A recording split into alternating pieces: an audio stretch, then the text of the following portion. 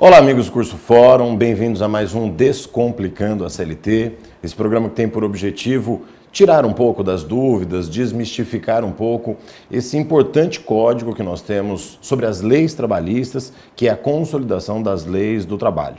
No nosso último programa, nós tivemos a oportunidade de falar sobre gravidez, dúvidas em relação à gestante, períodos de estabilidade. Hoje nós vamos falar sobre aquele finalzinho do programa quando eu disse jornada de trabalho, redução da jornada e a situação do salário em relação à jornada. Nós até recebemos uma dúvida, a Kessia Alves de João Pessoa disse: professor Vitor Stuck, é possível ao empregador fazer a redução da jornada de trabalho do empregado sem que isso afete o salário ou haverá também redução proporcional do salário? Esse ponto é importantíssimo em relação a essa já divisão que ela fez na dúvida. O que acontece com a redução da jornada de trabalho e o que acontece com o salário do empregado? Vamos lá.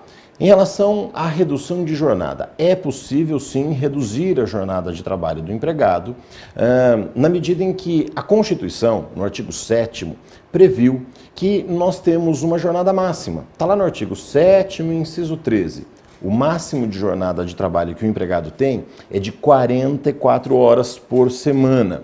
Esse é o máximo.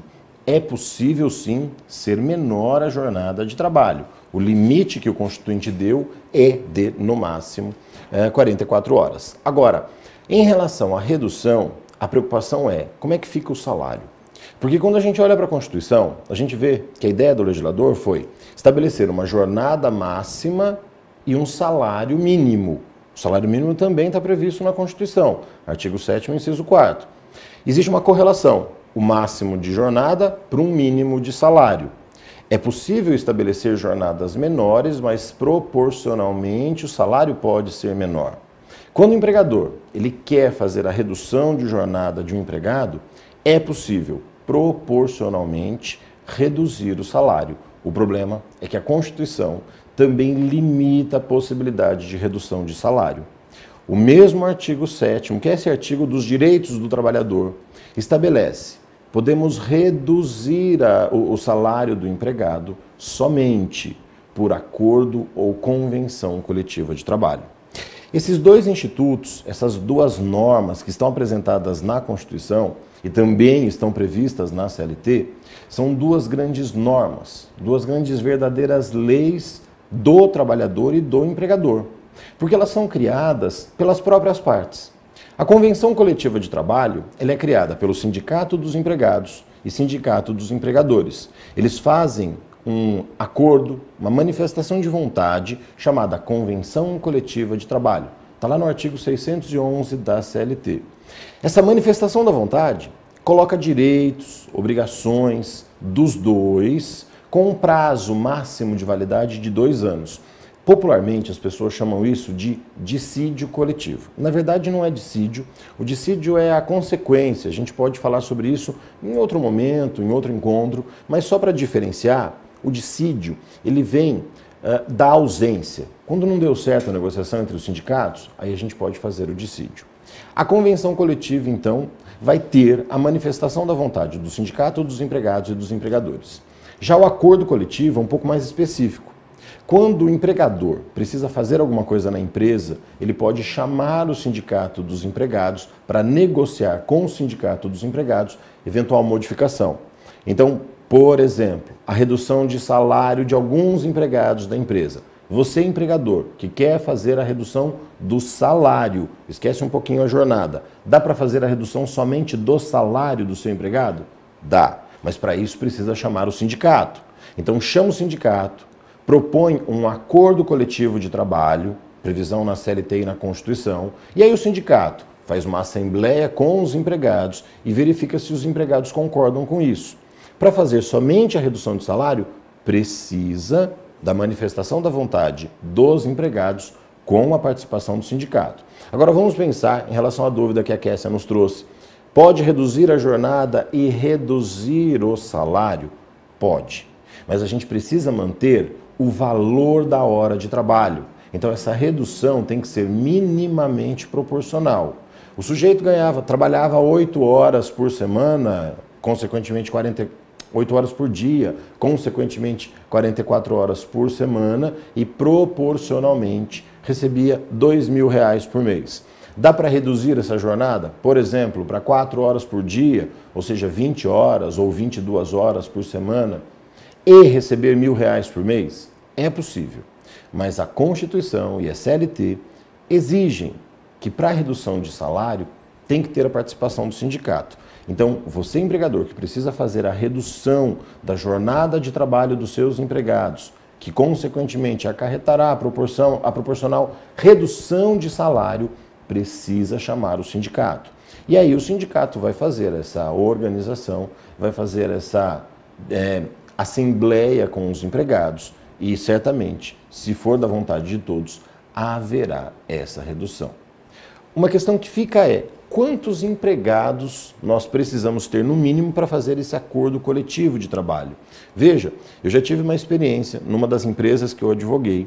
Era um colégio que ia encerrar as suas atividades e desenvolver a sua atividade na instituição, na parte de ensino superior.